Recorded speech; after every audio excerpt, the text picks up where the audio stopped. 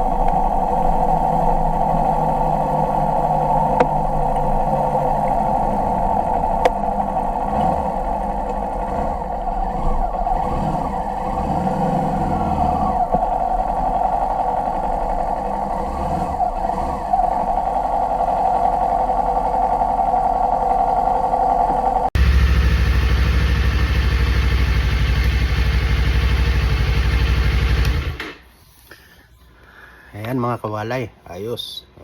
Natest na natin dito sa area namin. Which is malapitan lang pero okay na. Tingin ko ready na siya. So yeah, sa susunod tingnan natin yung first adventure natin. May mga malalaking lake dito, which is the Manitoba Lake or Winnipeg Lake, yung mga white shells. Pero tingin ko sa Winnipeg Lake muna tayo.